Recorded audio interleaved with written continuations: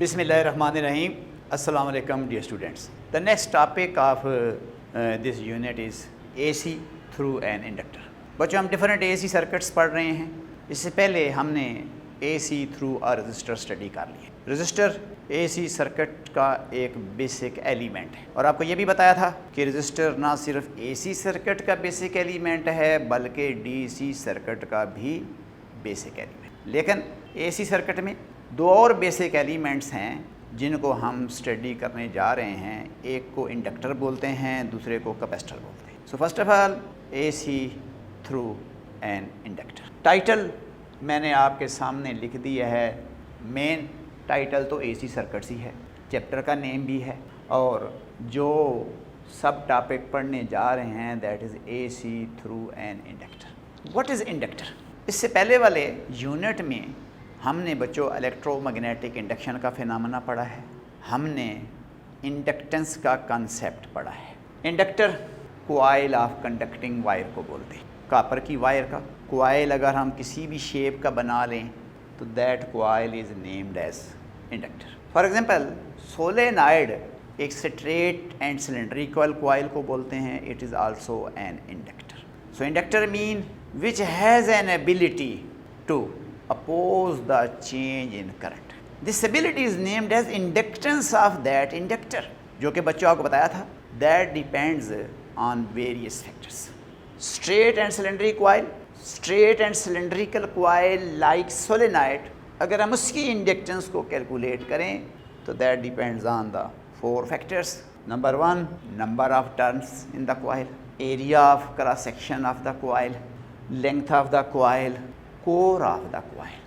बच्चों आपको ये भी बताया है कि जब किसी कॉइल में से DC फ्लो करता है तो इंडक्टर की ability to oppose the current zero होती है. मैं प्योर इंडक्टर की बात कर रहा हूँ कि ऐसा इंडक्टर जो एक ऐसी कंडक्टिंग वायर से बना हुआ है विच इज़ रेजिस्टेंसलेस.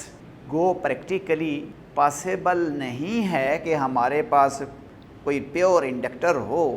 एक्चुअली जो हमारे इंडक्टर्स हैं वो 7 रजिस्टर्स भी हैं, लेकिन हम अज्यूम कर रहे हैं कि this is pure inductor which has a negligible resistance.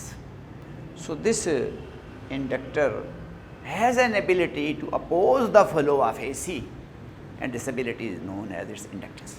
तो स्टडी करने जा रहे हैं कि when alternating current passes through the inductor then what would be the relation between the current through the inductor and the applied voltage. इसको discuss करते हैं. तो कंसिडर करेंगे एक प्योर इंडक्टिव सर्किट ले रहे हैं, एक प्योर इंडक्टर ले रहे हैं जिसकी इंडक्टेंस कैपिटल L है. Self inductance, L mean self inductance, connected to the AC voltage source through switch S as shown in the diagram here. So consider a pure inductor of inductance L connected to AC voltage source through a switch S as shown. Suppose करें pure inductor हमने लिया है जिसकी inductance capital है L है, connected to AC voltage source through switch S. Diagram बच्चों आपको ध्यान. AC वोल्टेज सोर्स आपको बता चुके हैं, a voltage source whose magnitude continuously changes and its polarity reverses periodically. तो half of the cycle from 0 to T/2 आपको बच्चों बताया है कि अगर पोलैरिटी ये है तो हाफ साइकिल के बाद पोलैरिटी रिवर्स हो जाएगी. जिस तरफ हायर पोटेंशियल होगा उस तरफ लो पोटेंशियल हो जाएगा, जिस साइड पे लो है उस तरफ हाई. अब जब हम बच्चों स्विच क्लोज करेंगे तो अल्टरनेटिंग करंट फ्लो करेगा. पोलैरिटी रिवर्सल है. पहले फ्री इलेक्ट्रॉन एक डायरेक्शन में फ्लो करेंगे for the first half cycle, फिर फ्री इलेक्ट्रॉन अपोजिट डायरेक्शन में फ्लो करेंगे for the next half cycle. It mean circuit में से अल्टरनेटिंग करंट फ्लो करेगा. तो अल्टरनेटिंग करंट मैंने बताया है कि जिसकी मैग्नीट्यूड कॉन्टीन्यूसली चेंज होती है. तो जब करंट की मैग्नीट्यूड चेंज होगी तो इस इंडक्टर के अंदर मैग्नेटिक फ्लक्स चेंज होगा. इस इंडक्टर के अंदर एक सेल्फ इंड्यूस्ड EMF प्रोड्यूस होगा. सेल्फ इंड्यूस्ड EMF एग्जैक्टली उतनी होगी जितनी वोल्टेज हमने अप्लाई कर रखी है if the inductor is pure. कि अगर इंडक्टर रेजिस्टेंस लेस है तो चूंकि हम एज्यूम कर रहे हैं कि हमारा इंडक्टर प्योर है, तो फिर जो इसमें बैक ईएमएफ जो सेल्फ इंड्यूस्ड ईएमएफ प्रोड्यूस होगी according to the Faraday's law of electromagnetic induction, वो अल्टरनेटिंग टाइप की ही होगी और एग्जैक्टली उतनी ही होगी जितनी सोर्स से वोल्टेज ड्रा हो रही है। So when switch S is closed, alternating current flows through the inductor. A back EMF is induced due to the inductance of the coil.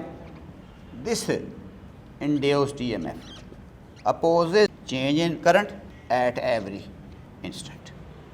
Mathematically, induced EMF that is equal to minus L delta I divided by delta.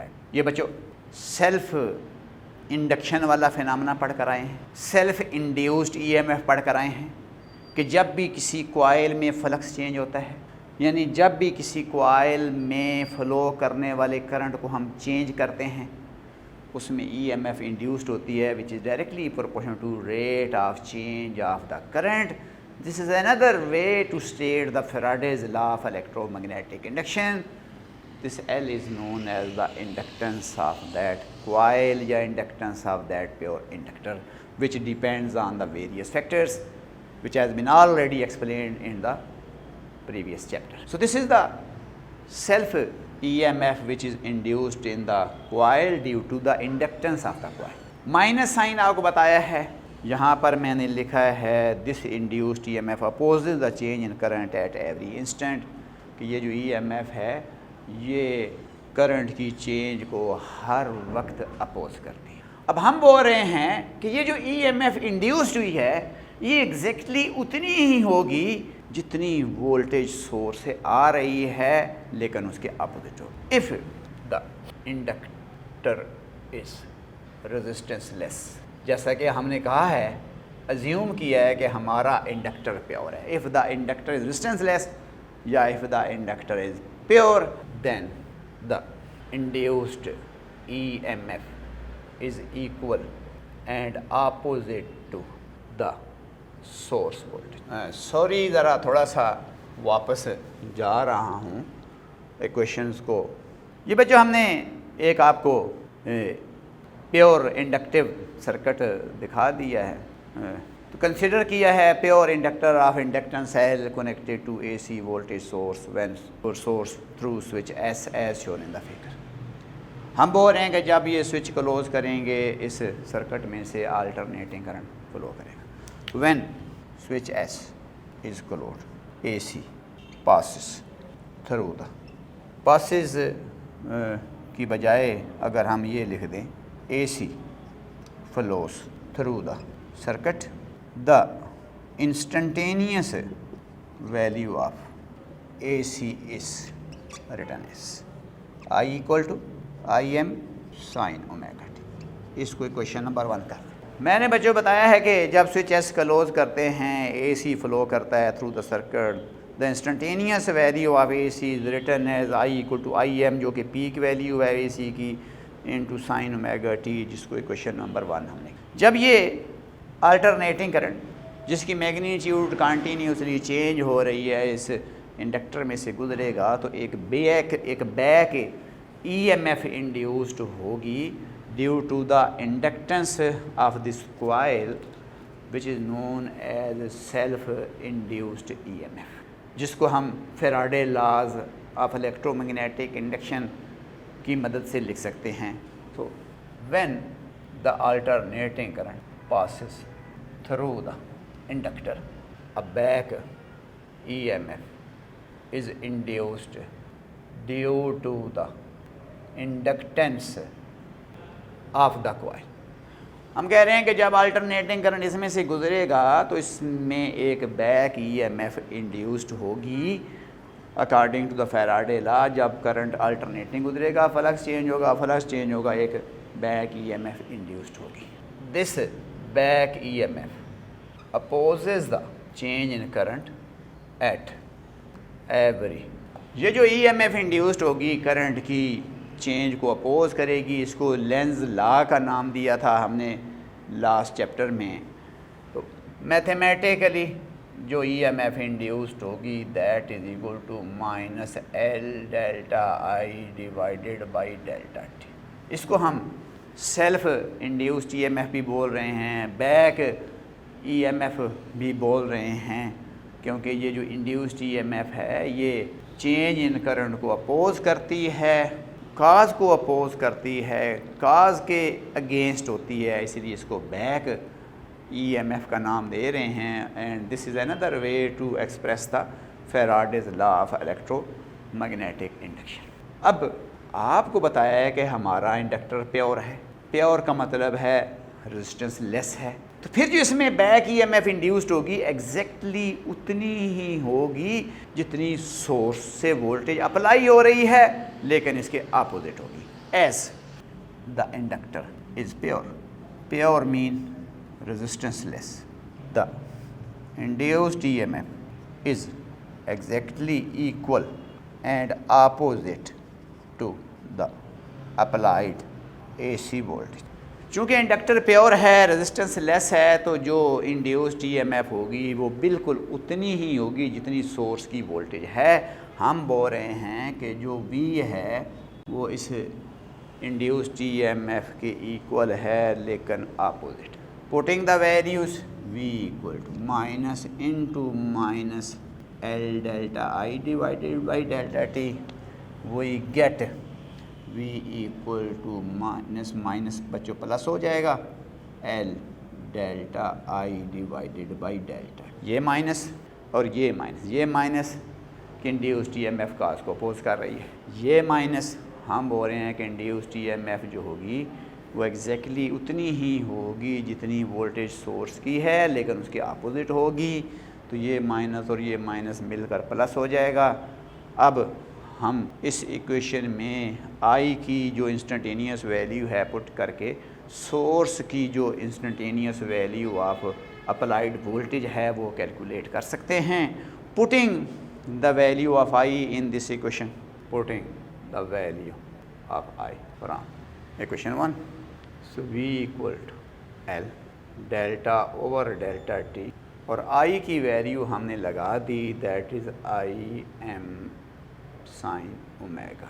अब बच्चों mathematics के students differentiation से बखूबी वाक़फ़ हैं, और जो medical students हैं चूँकि मैथमेटिक्स FSC लेवल पे उन्होंने पढ़ा नहीं होता, और जो मैथमेटिकल ऑपरेशन हम बताने वाले हैं यहाँ पर वो आई थिंक 10th क्लास में डिस्कस नहीं किया गया।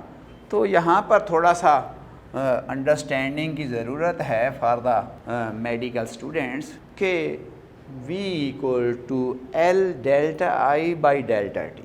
ये जो delta I by delta T है इसको रेट ऑफ चेंज ऑफ हम करंट बोल रहे हैं।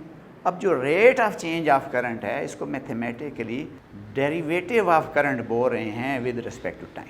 डेरिवेटिव का मतलब है करंट में टाइम के साथ चेंज जो आ रही है। मैथमेटिकली इस ऑपरेशन को डिफरेंशिएशन या डेरिवेटिव्स बोलते हैं। इट मीन्स कि जो वोल्टेज है वो प्रोडक्ट है L मीन सेल्फ इंडक्टेंस और करंट के टाइम डेरिवेटिव का, जिसको हम rate of change of current. अब हमें करंट तो पता है, हमने इसका रेट ऑफ चेंज निकालना है।